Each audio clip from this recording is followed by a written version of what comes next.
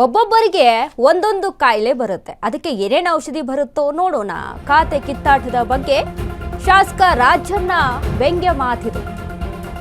ಒಬ್ಬೊಬ್ಬರಿಗೆ ಒಂದೊಂದು ಕಾಯಿಲೆ ಬರುತ್ತೆ, ಅದಕ್ಕೆ ಏನೇನು ಔಷಧಿ ಬರುತ್ತೆ ಅದನ್ನ ನೋಡೋಣ ಅಂತ ಖಾತೆ ಕಿತ್ತಾಟದ ವಿಚಾರಕ್ಕೆ ಸಂಬಂಧಪಟ್ಟಂತೆ ಶಾಸಕ ರಾಜಣ್ಣ ವ್ಯಂಗ್ಯವನ್ನ ಮಾಡಿದ್ದಾರೆ.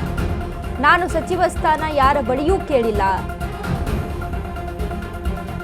ಸಚಿವ ಸ್ಥಾನದ ರೇಸ್ನಲ್ಲೂ ಇಲ್ಲ ಎಂದ KN ರಾಜನ್. ಆದರೆ ಬೇರೆ ಬೇರೆ ವರ್ಗಗಳಿಗೆ DCM ಕೊಡಬೇಕು, ಹಿಂದುಳಿದ ಮತ್ತು ಮೈನಾರಿಟಿಗೆ DCM ಕೊಡಬೇಕು,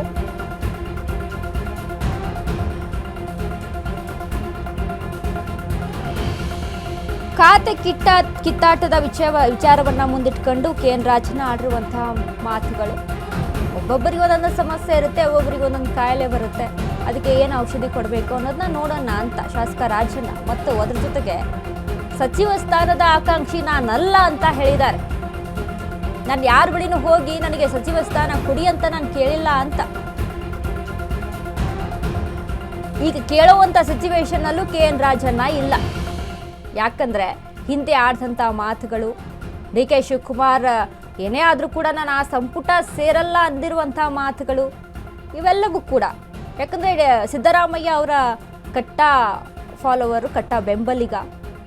ಹಾಗಾಗಿ ಸದ್ಯಕ್ಕೆ DK ಶಿವಕುಮಾರ್ ವಿಚಾರಕ್ಕೆ ಸಂಬಂಧಪಟ್ಟಂತೆ ಸಂಪುಟ ಸೇರುವಂಥ ಸಿಚುವೇಶನ್ನಲ್ಲಿ KN ರಾಜಣ್ಣ ಇಲ್ಲ. DCM ಪರಮೇಶ್ವರ್ ಪರ ಬ್ಯಾಟ್ ಬೀಸಿದ KN ರಾಜಣ್ಣ. 2013ರಲ್ಲಿ ಪರಮೇಶ್ವರ್ ಗೆದ್ದಿದ್ದರೆ ಮುಖ್ಯಮಂತ್ರಿ ಆಗ್ತಾ ಇದ್ರು, ಆದ್ರೆ ಗೆಲ್ಲಲಿಲ್ಲ. ಹೀಗಾಗಿ ಏನು ಮಾಡಕ್ಕಾಗುತ್ತೆ?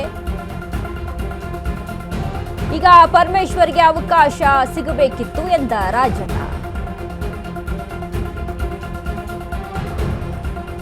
ಪರಮೇಶ್ವರ್ಗೆ ಅವಕಾಶ ಸಿಗ್ಲಿ ಅನ್ನುವಂಥ ನಿಟ್ಟಿನಲ್ಲೇ ಸಿದ್ದು ಬೆಂಬಲಿಗರು, ಸಿದ್ದರಾಮಯ್ಯ ಸಹಿತ ಇನ್ಕ್ಲೂಡಿಂಗ್ ಎಲ್ಲರೂ ಕೂಡ ಪ್ರಯತ್ನ ಪಟ್ಟರು. ಆದ್ರೆ ಹೈಕಮಾಂಡ್ ಸ್ಪಷ್ಟವಾಗಿ ಹೇಳ್ಬಿಡುತ್ತೆ, CM ಆಗಿ ಮುಂದುವರಿತೀನಿ ಅಂದ್ರೆ ನೀವು ಮುಂದುವರಿಬೇಕು, ಇಲ್ಲ ಅಂತ ಅಂದಾಗ DK ಶಿವಕುಮಾರ್ಗೆ ಅವಕಾಶ ಮಾಡಿಕೊಡಬೇಕು ಅಂತ ಕ್ಲಿಯರ್ ಆಗಿ ಹೈಕಮಾಂಡ್ ಮಾತನಾಡುತ್ತೆ.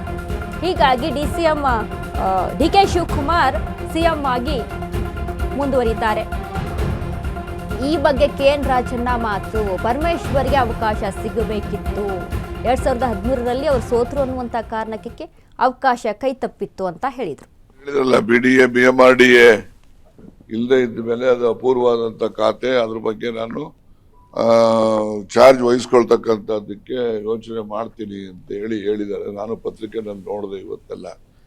ಅದು ನೋಡೋಣ, ಒಬ್ಬೊಬ್ರಿಗೆ ಒಂದೊಂದು ಥರ ಕಾಯಿಲೆ ಇರ್ತದೆ, ಯಾರ್ಯಾರಿಗೆ ಯಾವ್ಯಾವ ಕಾಯಿಲೆ ಇದೆಯೋ, ಏನೇನು ಔಷಧಿಗಳು ಬರ್ತಾವೋ ನೋಡೋಣ. ಮುಂದೆ ಮುನಿಯಪ್ಪನವ್ರು ಅವತ್ತೇನೆ ಸಾಯಂಕಾಲನೇ ಎಲ್ಲ ಸರಿ ಹೋಯ್ತು ಅಂತ ಬಂದ್ರಲ್ಲ ಖುಷಿಯಾಗಿ. ಅದರಿಂದ ಮುನಿಯಪ್ಪನವ್ರಿಗೆ ಅವ್ರು ಇದ್ದಿದ್ದ ಖಾತೆನೇ ಕೊಟ್ಟಿದ್ದಾರೆ, ಅದರಲ್ಲಿ ಏನು ಹೊಸದೇನಿದೆ, ಅವರೇನೋ ಸೋಷಿಯಲ್ ವೆಲ್ಫೇರ್ ಕೇಳಿದ್ರು ಅಂತ ಕಾಣಿಸುತ್ತೆ, ಇನ್ನೊಂದು ಅಡಿಷನಲ್ ಆಗಿ ಕೊಟ್ಟಿರ್ಲಿಕ್ಕಿಲ್ಲ ಅಂತ ನಾನು ಊಹೆ ಅಷ್ಟೇ, ಯಾರು ಹೇಳಿದಂತದ್ದಲ್ಲ. ಇವೆಲ್ಲ ರಾಜಕಾರಣದಲ್ಲಿ ಇದ್ದದ್ದೇ. ಅದೇ ಒಬ್ಬೊಬ್ರಿಗೆ ಒಂದೊಂದ್ ತರ ಕಾಯಿಲೆಗಳು ಇರ್ತವೆ, ಎಲ್ಲರಿಗೂ ಒಂದೇ ಕಾಯಿಲೆ ಬರ್ತದ? ಒಬ್ಬೊಬ್ರಿಗೆ ಒಂದೊಂದ್ ಕಾಯಿಲೆಗಳು ಇರ್ತವೆ. ಇಲ್ಲೇ ಅದು ಅವ್ರು ಹೇಳಿರ್ತಕ್ಕಂಥ ಬೇಸರದಿಂದ ಹೇಳಿದ್ದಾರೆ, ನಮ್ದು ಕೂಡ ಸಹಮತ ಇದೆ. ನಾನು ಹೇಳೋದಲ್ಲ, 2013ರಲ್ಲಿ ಅವ್ರು ಗೆದ್ದಿದ್ರೆ ಅವರೇ ಮುಖ್ಯಮಂತ್ರಿ ಆಗ್ತಾ ಇದ್ರು, ಗೆಲ್ಲಿಲ್ಲ. ಅದಕ್ಕೆ ಏನ್ ಮಾಡಕ್ಕಾಗ್ತದೆ?